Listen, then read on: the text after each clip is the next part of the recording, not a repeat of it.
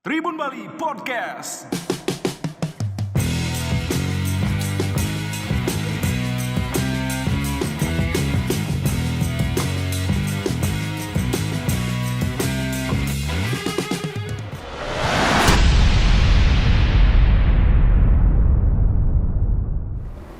Selamat datang di Tribun Bali Podcast.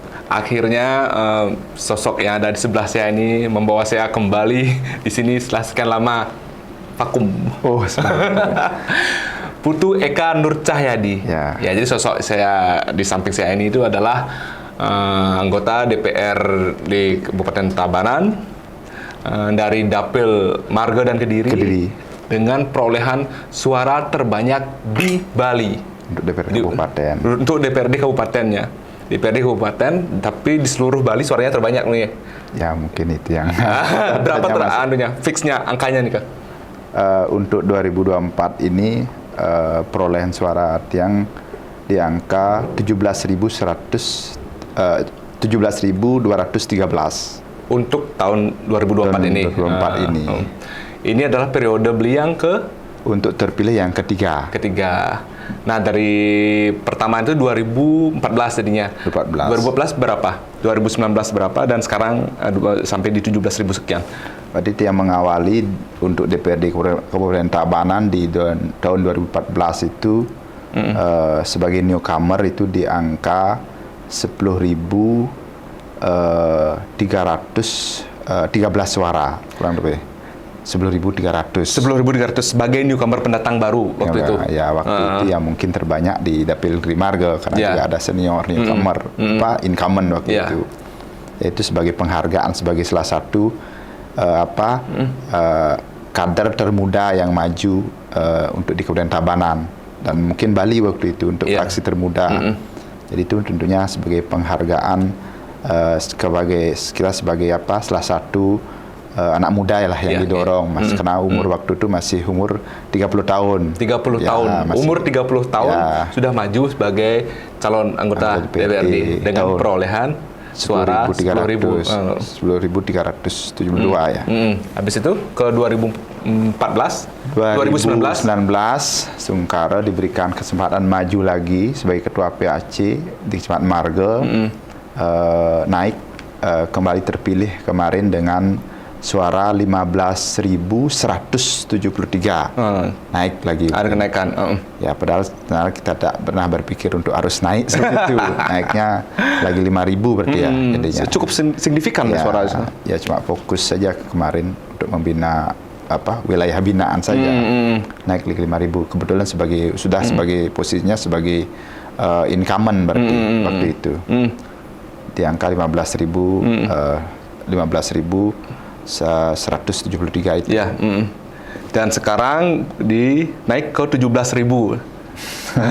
Di apa yang ada di perasaan dia, apa yang ada di otak dia ketika mengetahui bahwa beliau mendapatkan suara sebanyak itu dan menjadi yang terbanyak untuk kabupaten kota di Bali loh.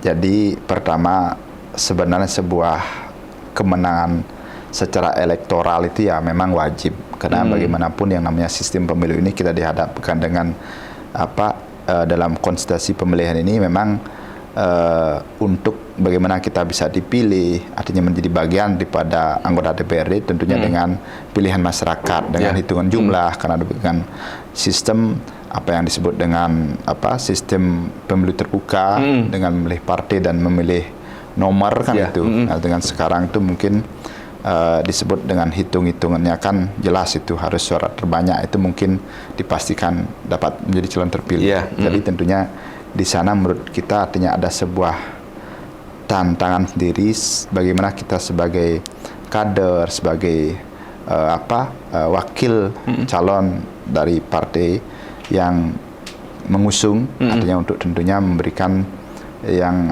membangun kepercayaan yang terbaik, artinya tentunya dengan mendapatkan pilihan. Ya cuman memang sebenarnya tapi secara pribadi Tiang pun sebenarnya tidak ambisi untuk itu harus mendapatkan suara terbanyak karena menurut Tiang itu sebuah reward itu adalah urusan masyarakat kan itu diberikan. Yang penting semua menurut kami itu tetap bagaimana kualitas kita sama seperti kalau Tiang sebagai calon, anggaplah calon incumbent di tahun 2019 dan 2024 kemarin lebih berpikir bagaimana kualitas pendampingan kita ada di masyarakat, bukan bagaimana kita mengejar bahwa kita harus dengan suara terbanyak, harus mengsiksak, dan malah sebenarnya kalau bicara masalah 2024 kemarin, jadi karena sudah merasa menjadi bagian daripada partai yang tentunya harus juga memikirkan kawan-kawan yang lain, berarti Tiang sudah ada dalam sebuah pemetaan. Jadi Tiang tidak mungkinlah masuk ke wilayah teman-teman yang sudah mendampingi, karena syukurnya mungkin artinya wilayah kami di Marga khususnya dan di Kecamatan Kediri yang dapil yang ini, ya memang artinya sudah ada sebuah konsep pemetaan-pemetaan bagaimana kita menjadi bagian pendamping Banjar atau wilayah-wilayah yang sudah kita zonakan masing-masing, yang memang melihat daripada penerimaan karakter masyarakat masing-masing, sehingga sebenarnya dia hanya fokus di wilayah-wilayah yang memang Tiang bina itu aja, tidak ada lagi masuk ke daerah yang sudah didampingi teman, karena ini sebuah etika politik itu harus penting juga Tiang bangun. Etika politik terus bangun bagaimana memikirkan kawan-kawan yang lain. Tapi syukurnya memang sebagai trigger lah, anggaplah di dapil Kediri Marga ini tentunya semakin banyak mungkin yang mendapatkan suara, tentunya untuk menambah untuk trigger untuk kawan-kawan yang lain, sehingga kemarin untuk Kediri Marga yang awalnya 14 kita dapat 6 kursi, 2019 menjadi 8 kursi naik, dan 2024 ini kita naik menjadi 9 kursi. Nah, perolehan yang kemarin di 2024 ini sebanyak 17.213 suara. Nah, itu pun sebenarnya tidak kita berpikir. Saat yang berpikir kemarin malah kemungkinan 15.000 bertahan aja sudah syukur gitu dah. Karena yang jujur aja ya tidak masuk lagi ke wilayah-wilayah yang bukan binaan di Tiang. Tapi kalau diminta masuk itu misalnya potensinya lebih besar dong. Tapi karena tadi pertimbangan etika politik itu sama Tiang masih menjaga itulah. Artinya karena yang namanya DPD Perjuangan itu Tiang ingin menjaga apa yang sebuah kultur yang sudah kita bangun, secara setiap masyarakat tuh kita harus bisa juga memberikan sebuah bagaimana pakem kita, gimana artinya etika kita sebagai kader partai, sehingga kita pun mungkin harus memberikan pemahaman masyarakat, sehingga kita pun tidak mau berkompetisi larut dengan kompetisi nanti yang tidak baik, artinya yang cenderung mungkin memberikan masyarakat itu berpikir secara pragmatis mungkin, artinya siapa yang banyak punya uang, siapa yang sering bisa ngasih uang, itu yang mungkin diterima, kan bisa aja terjadi seperti itu kan, itu sehingga masyarakat tidak berpikir jernih, karena konsep perwakilan yang pahami sebenarnya sebagai wakil masyarakat adalah konsep pendampingan. Bukan hanya kita harus bisa memberi hal yang konsumsi masyarakat, bagaimana memberikan kita menjadi bagian daripada persoalan-persoalan sosial, baik urusan persoalan masalah kemanusiaan, sosialnya, kesehatan masyarakat yang harus kita ajak komunikasi, urusan atur regulasi, dan bagaimana persoalan-persoalan adat kan itu, dan juga terakhir mungkin urusan masalah anggaran kan itu. Jadi tapi pendampingan masyarakat itu kan kehadiran kita penting juga. Selain kita bicara masalah anggaran mungkin terakhir, mungkin itu. Jadi langkah konkretnya seperti apa nih Beli sampai Beli bisa mempertahankan suara Beli dari 2014 kemudian meningkat 2019 dan sampai sekarang 2024? Konkretnya seperti apa cara Beli merawat itu di masyarakat? Seperti apa nih selain pendampingan nih Kak? Ya, hadir langsung gitu selain contoh-contoh seperti itu? Ya, pertama itu mungkin sebuah konsep kita di masyarakat. Nah, khususnya mungkin di lingkungan kita di Tabanan dan khususnya di Marga Kediri, artinya masyarakat masih melihat artinya apa yang namanya sebuah rasa sebuah komunikasi, artinya etika itu masih terbangun dengan bagus, artinya dan menurut dia dengan kehadiran itu ya artinya menurut hal yang penting juga. Selain sebuah keseriusan kita berjuang untuk masyarakat, apapun yang sebuah persoalan masyarakat, artinya kita bisa hadir dan kita bisa mencarikan solusi. Nah, solusi itu kan banyak, sangat complicated lah, artinya kalau itu kita sampaikan, artinya kalau Tiang itu yang membina kurang lebih 37 Banjar, yang satu Banjar itu ada kurang lebih 38 Skotuna juga kan itu. dan juga ada seke-seke yang ada di bawah Satu Banjar dan desa adatnya dan juga masalah desa dinas itu juga kan sangat lebih Satu Banjar aja mungkin ada yang di Banjar Binaan itu sampai punya 19 pura. Ada yang punya rata-rata 5 pura Satu Banjar itu kan harus juga karena persoalan masyarakat kita kan ada dalam masyarakat adat dan masyarakat yang selalu yang selalu mungkin ada dalam kegiatan upacara adat kan itu. Artinya kita kan harus hadir di sana. Jadi Tiang rasa Tiang harus siapkan diri Tiang untuk siap untuk hadir selalu. Secara waktu.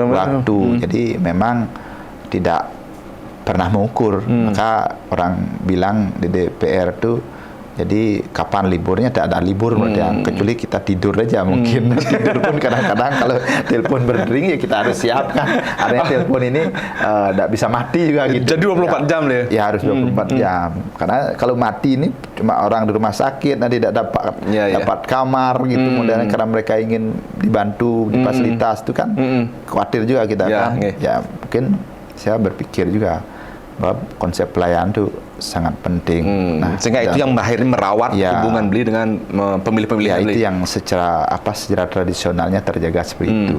Jadi pelayanan, bagaimana membangun hubungan dan menjaga tradisi yang ada di wilayah masing-masing. Karena setiap wilayah itu kan punya tradisi. Jadi kita harus tetap karena secara visi misi kita tuh harus sejalan dengan apa yang menjadi sebuah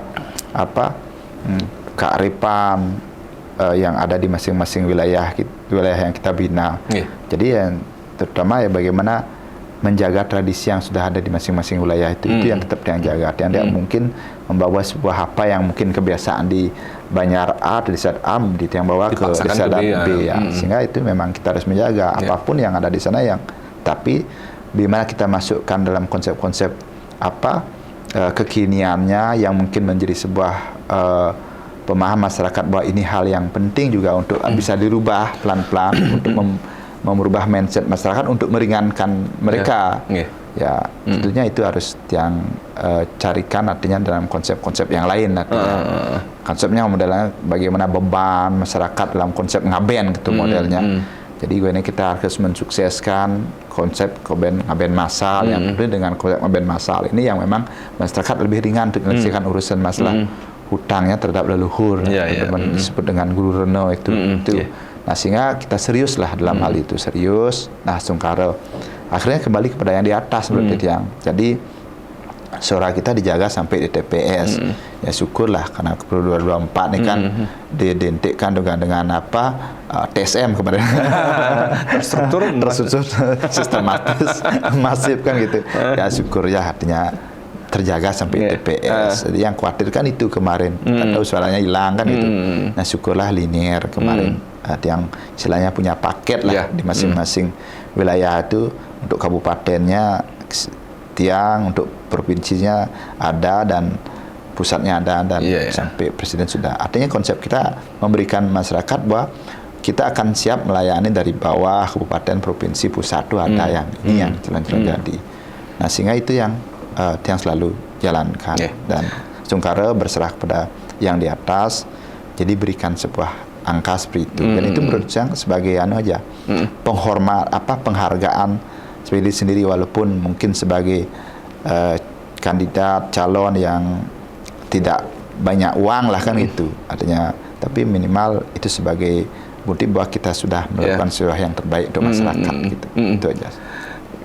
Dengan jumlah suara sedemikian artinya beliau sangat potensial sekali. Mungkin bisa dipastikan akan menjadi ketua DPRD. Bisa dibilang seperti itu, Bli. Dan kalau itu terjadi, berartinya ini sebuah pencapaian yang sekiranya nanti akan menjadi batu loncatan, Bli. Untuk langkah selanjutnya apa? Misalnya di eksekutif Tabanan ikut penjaringan nanti, atau ke provinsi. Seperti apa, Bli? Kesiapan untuk itu. Urusan masalah jabatan-jabatan atau reward yang diberikan partai itu ya kembali kepada partai sendiri kan. Jadi kita selaku kader pada prinsipnya harus siap ditugaskan dimanapun. Jadi itu yang pahami. Ya memang kalau semakin mengikuti senar dengan sebuah proses politik, mengikuti dalam proses kondisi sosial yang kita hadapi sebagai praktisi lah di masyarakat, ya memang jabatan-jabatan yang memang strategis itu memang memberikan sebuah peran kita lebih maksimal untuk berbuat, mungkin kan baik pun untuk sebagai leader di DPRD atau dengan kepala DPRD-nya apa mungkin yang terlebih di eksekutif, itu sangat artinya bagaimana kita bisa bukan kebijakan langsung untuk masyarakat yang kita bisa berbuat atau membangun sebuah perubahan apa yang kita lihat yang belum mungkin terjadi di masyarakat kan itu. Ya cuman Titiang kembali mengembalikan diri Titiang buat yang itu adalah harus bisa berbuat dimanapun ditugaskan yang terbaik. Jadi contohnya kemarin dengan suara terbanyak di Kabupaten Taban pun ketika ditugaskan sebagai ketua komisi, pindah kemarin dari komisi 2 komisi 1, ya kita dimanapun harus belajar. Walaupun mungkin spesialisnya bukan orang-orang yang bisa sekali urusan masalah regulasi atau hukum. Tapi ketua komisi yang 2019 sekarang ketua komisi. Artinya tetap ya dalam hal ini yang mungkin Titiang harus belajar di sana. Jadi menurut Titiang harapan sih tetap kita berharap bisa memberikan sebuah pengabdian yang terbaik. Tapi urusan masalah kembali kepada jabatan itu kita serahkan kepada partai lah. Ya, karena tapi yang seragnya beli ini oke lah kita sebagai kader partai kemanapun kepercayaan diberikan ke sana kita bergerak gitu. Tapi untuk seragnya beli ini eksekutif apa nanti ke provinsi beli? Ke provinsi. Nah, artinya Tiang sih dalam politik itu menurut Tiang kembali kepada proses pemantangan diri sebenarnya. Jadi kalau kita dulu kan kalau awal-awal lah pasti meledak ingin yang top leader lah eksekutif kan itu. Tapi kembali kepada pemahaman yang tadi itu ya dimanapun yang ditugaskan kembali kita serahkan kepada yang di atas.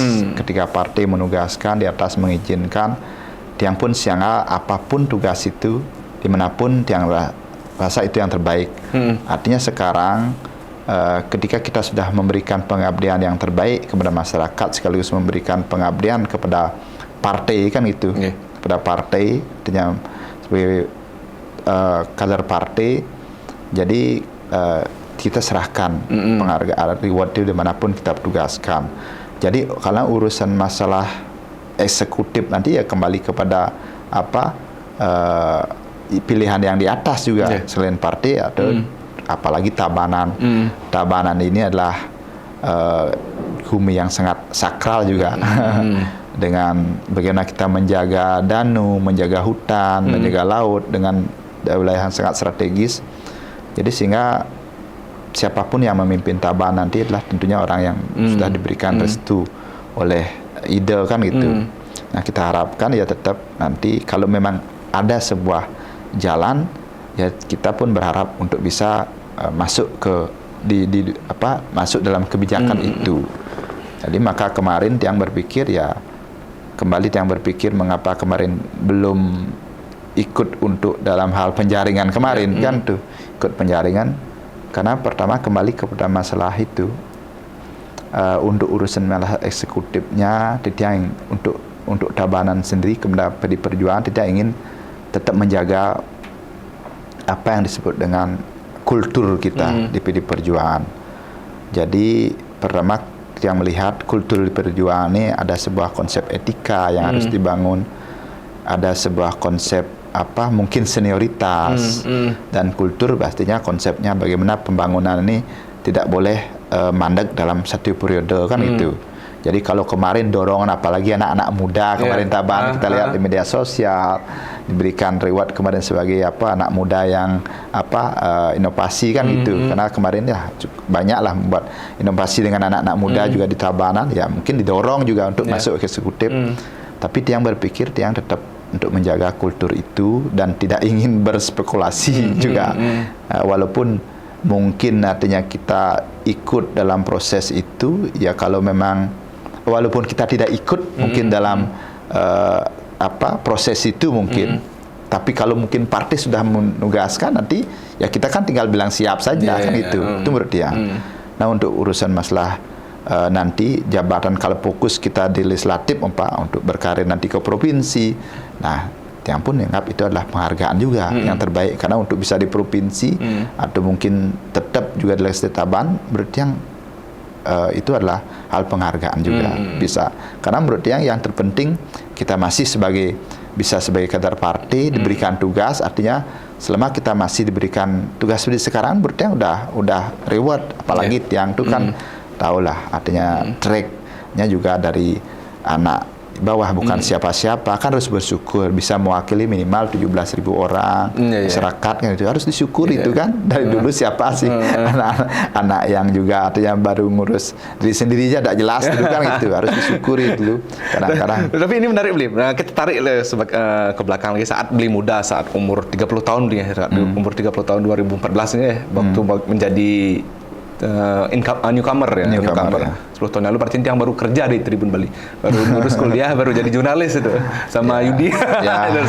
Nah waktu itu apa yang membuat Beli akhirnya memutuskan oke, saya maju, saya gabung ke partai. Prosesnya yang pertama kan gabung ke partai, kemudian akhirnya mendapatkan rekomendasi untuk maju. Apa yang membuat Beli sampai pada keputusan itu, dan siapa yang mengarahkan Beli ke sana?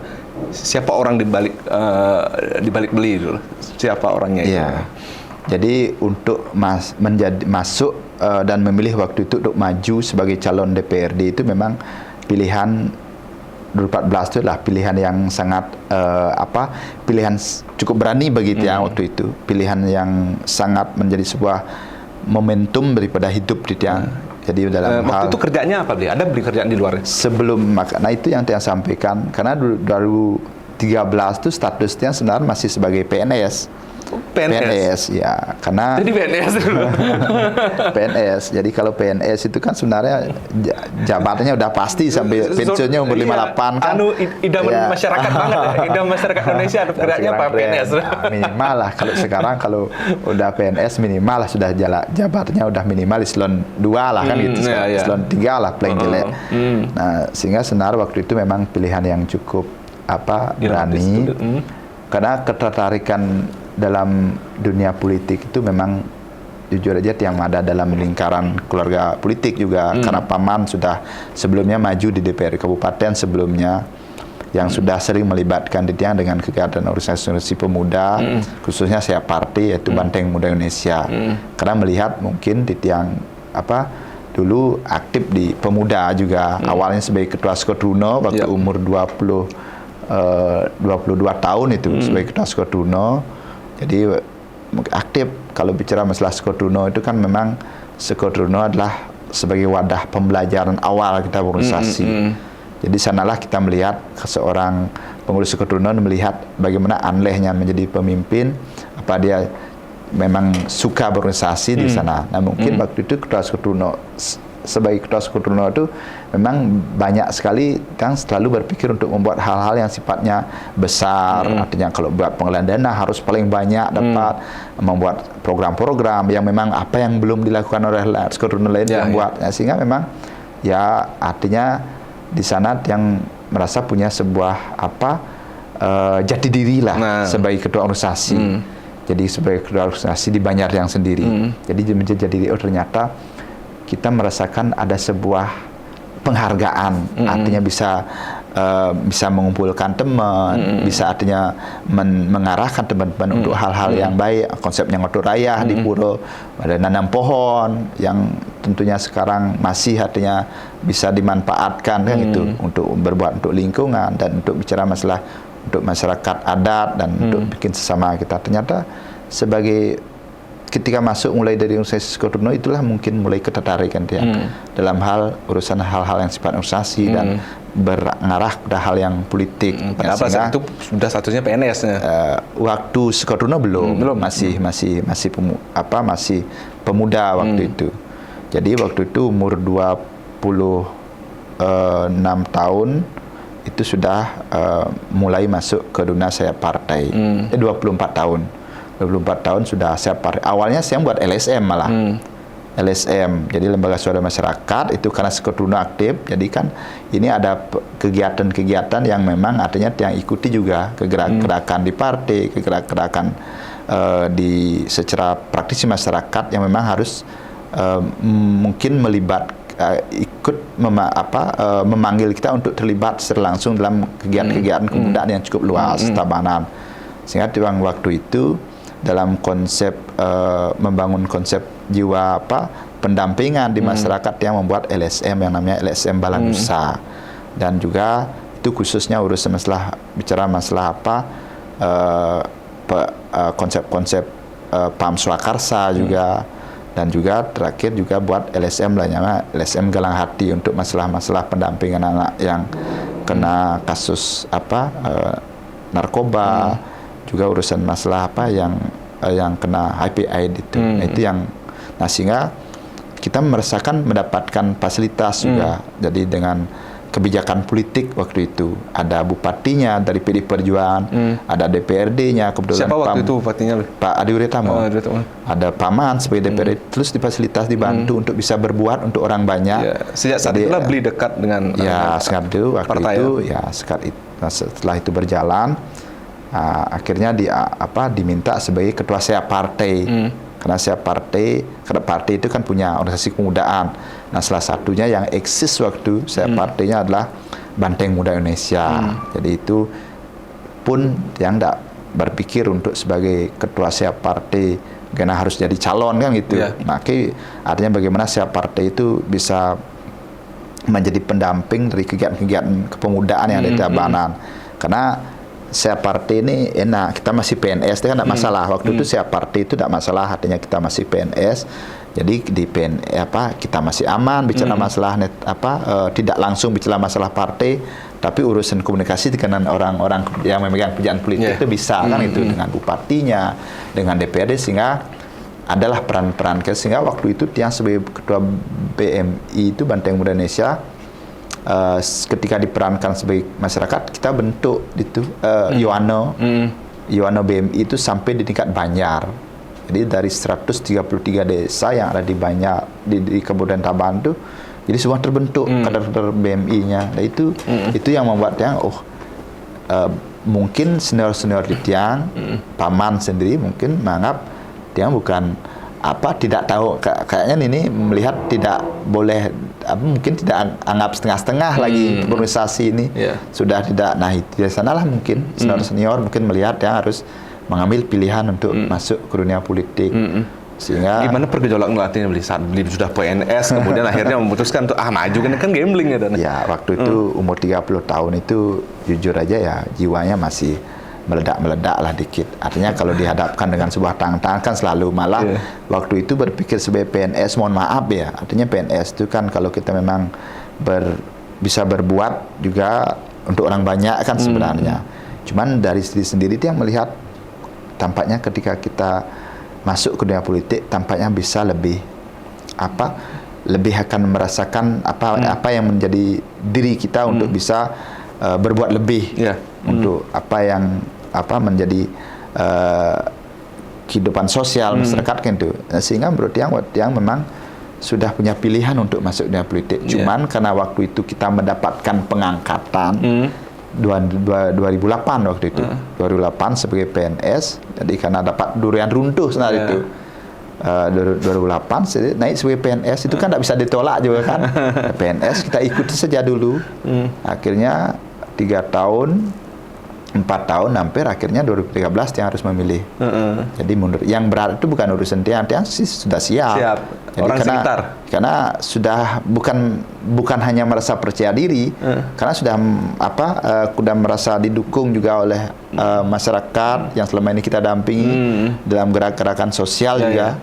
Jadi yang berat itu sebenarnya etika kembali kepada keluarga. Pertama kan keluarga kecil, istri.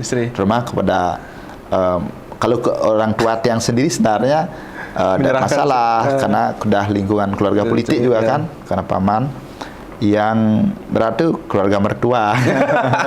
Mertua itu kan lingkungan keluarga PNS juga. Ada sebagai orang tua istri yang masa PNS juga, dan juga kakek kebetulan nak lingsir di lingkungan di Griya. Jadi harus kita minta izin juga kan. Jadi karena ini kan masalah menyangkut masa depan anak-anak beliau kan itu. Jadi kalau enggak jadi PNS kan belum makan nanti kan gitu. Mau jadi apa pikirannya. kamu? Mau jadi apa? Bagaimana cara menghidupi anakku? Jadi PNS itu kan hal yang sudah dipastikan minimal ya bisa lah. Artinya masa depannya udah jelas lah gitu.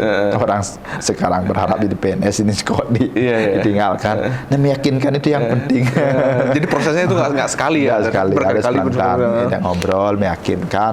Malah waktu itu jujur aja Tiang bilang, ya kalau dijelek nanti kan Tiang sudah punya PT juga kan itu. Kebetulan Tiang waktu itu memang sudah buat usaha juga outsourcing tuh untuk jasa jasa untuk alih-daya security.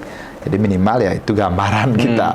Kita tidak berani ngomong mendahului yang di atas kan. Kalau Tiang masih menjaga itu. Jadi tidak mungkinlah kita bicara, Tiang kalau jadi caleg nanti pasti jadi kan. Tidak mungkin dia bicara masalah itu. Berarti skocinya banyak ini makanya berani. Artinya kita opsinya ini nanti kalau dijelek nanti kita adalah masih dunia swasta. Sebenarnya waktu itu ya tidak mendapat jawaban yang jelas. Kalau tidak langsung diakan sebenarnya masih masih kira-kira apa nih ini jawabannya? Tidak mesti jawabannya. Ya, ada yang penting kita ada etika, sampaikan seetika yang jelas. Pilihannya sekarang harus bertarung serius. Akhirnya ya Sungkaro kita dicalonkan 14 dan maju dan akhirnya terpilih. Artinya itu kita buktikan ya bahwa nah sekarang ini jadi sebagai momentum awal tuh banyak sebuah catatan penting yang ke depan. Jujur aja banyak hambatan waktu itu sebenarnya karena satu sebagai PNS kita harus memilih antara dua pilihan itu kan. Jadi ada persoalan-persoalan yang lain juga yang harus mungkin saya ingat. Karena urusan masalah di PRD Perjuangan itu kan yang banyak sebagai penggerak di lapangan kan. Jadi dalam dunia pergerakan itu ya tentunya apalagi waktu anak muda yang sering dilibatkan di lapangan itu banyak ada gesek-gesek politik. Jadi kan isu-isu semacam itu kan banyak juga yang sudah melapor kepada partai bahwa kita kader yang cukup terlalu keras di lapangan kan itu. Nah, itu yang dicatat sehingga kita buktikan. Ketika sekarang kita sebagai diberikan percaya masyarakat, kita buktikan kita bisa menjadi pelayan yang baik. Sewanam. Tapi image Pidan memang sempat image tanda kutip anak muda yang nakal. Kan wajar. Karena satu dalam lingkungan di yang namanya Tian itu ada lingkungan keluarga juga yang lebih banyak urusan masalah kegiatan bela dirinya yang kan ikut di pencak silat juga kan. Kalau urusan yang itu kan ya demen berkumpul dengan teman-teman banyak kan itu. Ya tanpa sebuah pergerakan itu kan tidak, memang itu sebagai motor kan itu motor. Jadi ya memang selalu dididikkan lah. Tapi itu adalah proses kan, proses. Jadi untuk mematangkan diri kita. Jadi yang jelas ketika sekarang diberikan sebuah kesempatan ya harus kita tunjukkan yang terbaik. Siapa orang yang menginspirasi Beli? Beli punya ini idola nggak sih?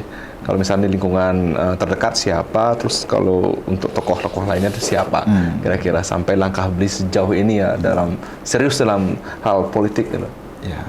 Kalau bicara masalah inspirasi ya jelas ada tokoh-tokoh yang kita bisa baca dari buku kan itu. Salah satunya ya memang Bung Karno kan itu.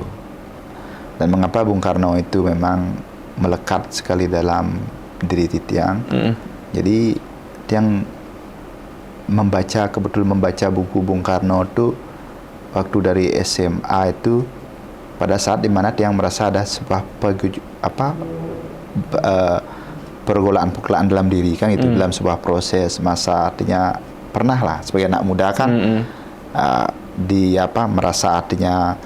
merasa artinya bukan termarginalkan, artinya merasa artinya belum menemukan jati diri, artinya merasa di pinggir kan itu. Nah di sanalah kadang-kadang dia melihat ada sebuah membaca buku, salah satunya buku Bung Karno. Jadi bagaimana kita melihat proses Bung Karno untuk mendirikan bangsa ini dalam sebuah proses yang cukup panjang dan pengorbanan sampai Indonesia ini merdeka. Nah di sanalah yang ada sebuah inspirasi, menjadi sebuah pemimpin itu perlu sebuah proses yang cukup besar. Dan juga ada seperti Ibu Megawati juga. Jadi beliau ini kan yang tiang kenali waktu itu tiang masih umur SMA waktu itu. Waktu itu ada kongres PD Perjuangan Bali waktu itu. Nah itu yang mungkin mengenalkan tiang kepada partai sebenarnya. Jadi di sanalah tiang tahu bahwa tahu bahwa Ibu Megawati ini adalah salah satu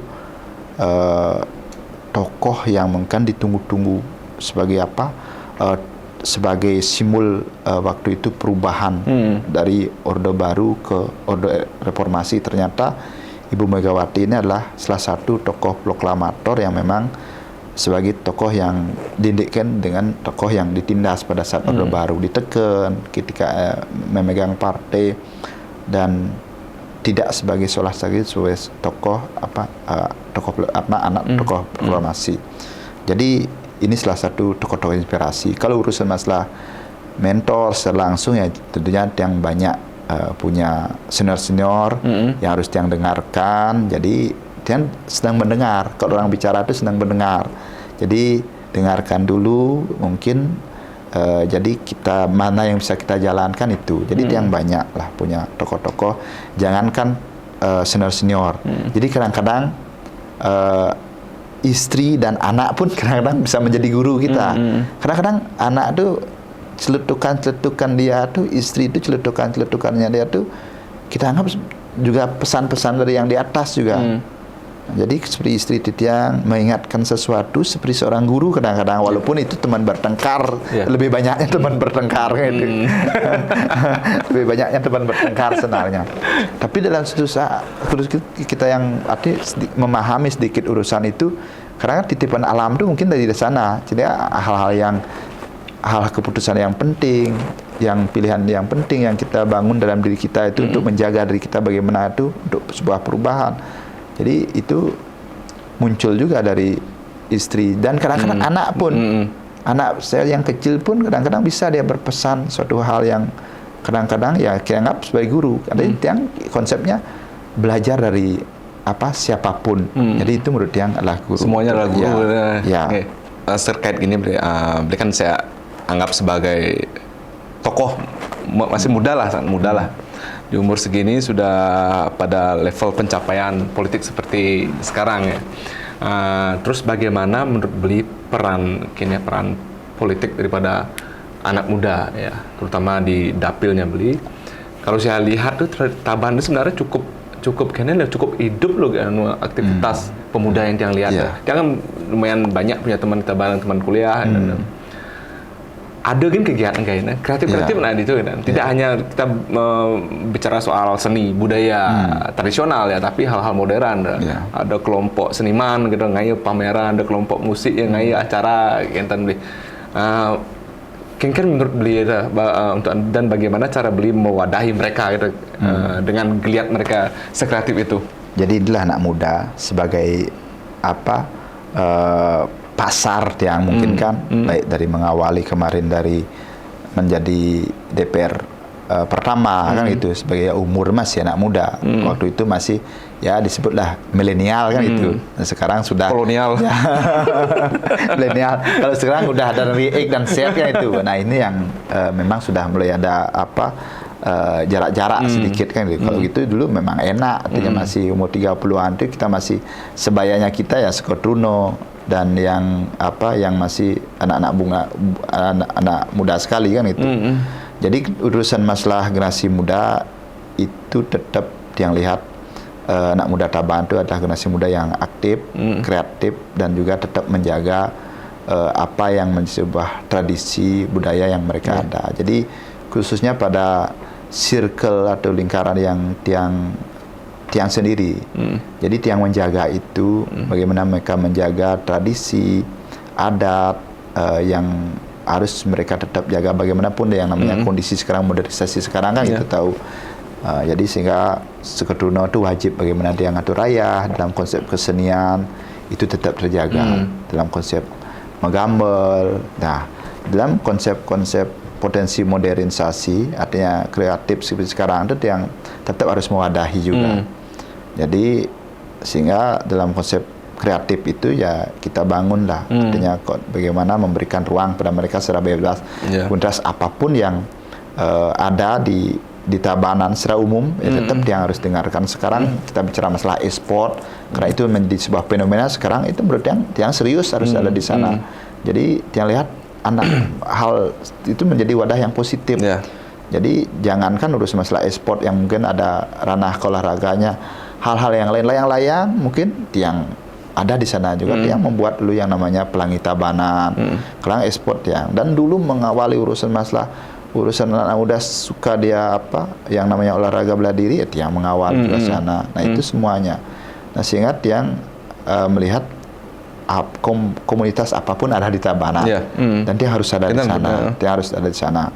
Dan kita tidak boleh sekedar menjadikan ruang kreativitas mereka itu menjadi secara langsung menjadi kesempatan untuk kita masuk untuk kepentingan politik saja sebagai ladang suara aja. Ya, tidak boleh itu, karena dia lebih berpikir kita harus ada di sana untuk menjadi bagian daripada pendengar mereka.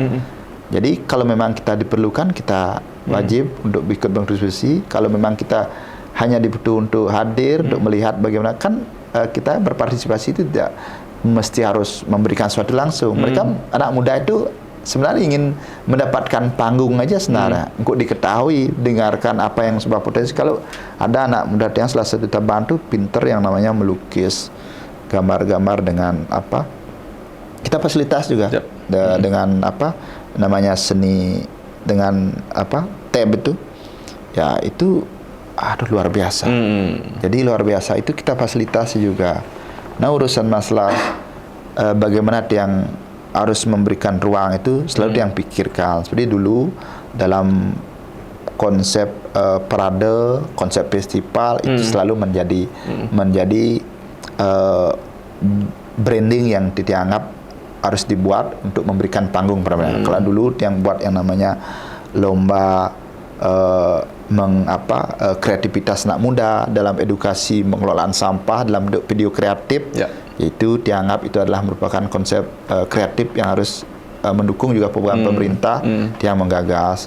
Parade kesenian dalam konsep satu desa adat, dan sekarang rencana untuk kecamatan kita buat juga. Jadi menurut yang itu memberikan memacu adrenalin mereka untuk mereka tertantang untuk menunjukkan kemampuan mereka. Jadi menurut yang pentingnya bagaimana kita memberikan ruang pada generasi muda, dan itu tidak boleh selesai. Jadi tidak boleh kaku terhadap juga konsep kita. Jadi dulu sempat mungkin karena dia masih sebaya kan harus konsep kita yang jalan kan itu. Sekarang tidak bisa lagi. Generasi Z ini ya sensitif sekali. Jadi kalau kita terlalu banyak nanti memberikan mereka arah, ya tidak nyambung dengan kita mereka diam. Yang disebut dengan sekarang silent majority. Hati-hati juga itu, tidak boleh main-main. Jadi syukurlah yang tanggap sekali dalam hal itu. Jadi sehingga syukurlah artinya mereka secara langsung ikut memberikan ruang Tiang, artinya menerima Tiang. Anggap Tiang diri Tiang sudah diterima, bisa diterima aja, bersyukur pada anak muda untuk sebagai mewakili mereka dalam pemerintahan, artinya untuk dipilih. Sehingga syukur kan lihat kembali kepada konsep elektoral kemarin ya, sehingga dari generasi baby boomer mungkin X itu semua artinya kolektif lah, artinya kompak mendukung, kan ini apresiasi. Artinya kita lepas bagaimana partisipasi pemuda itu bagus. Jadi kalau kita tak garap ini, tak yakin lah dia bisa komplit seperti itu. Satu Banjar bisa hampir 99% gitu. Jadi kan itu yang juga dianggap pemuda yang aktif juga. Baik, Bli, sukses semua. Dahat, sudah sampun sharing ring Tribun Bali Podcast. Mudah-mudahan menginspirasi teman-teman buat anak muda di Tabanan. Ini kalau ada acara apa-apa, kalau tidak dilibatkan atau kurang diberikan ruangan, cari beliau ya. Boleh. Sampai jumpa di Tribun Bali Podcast selanjutnya. Tribun Bali Podcast.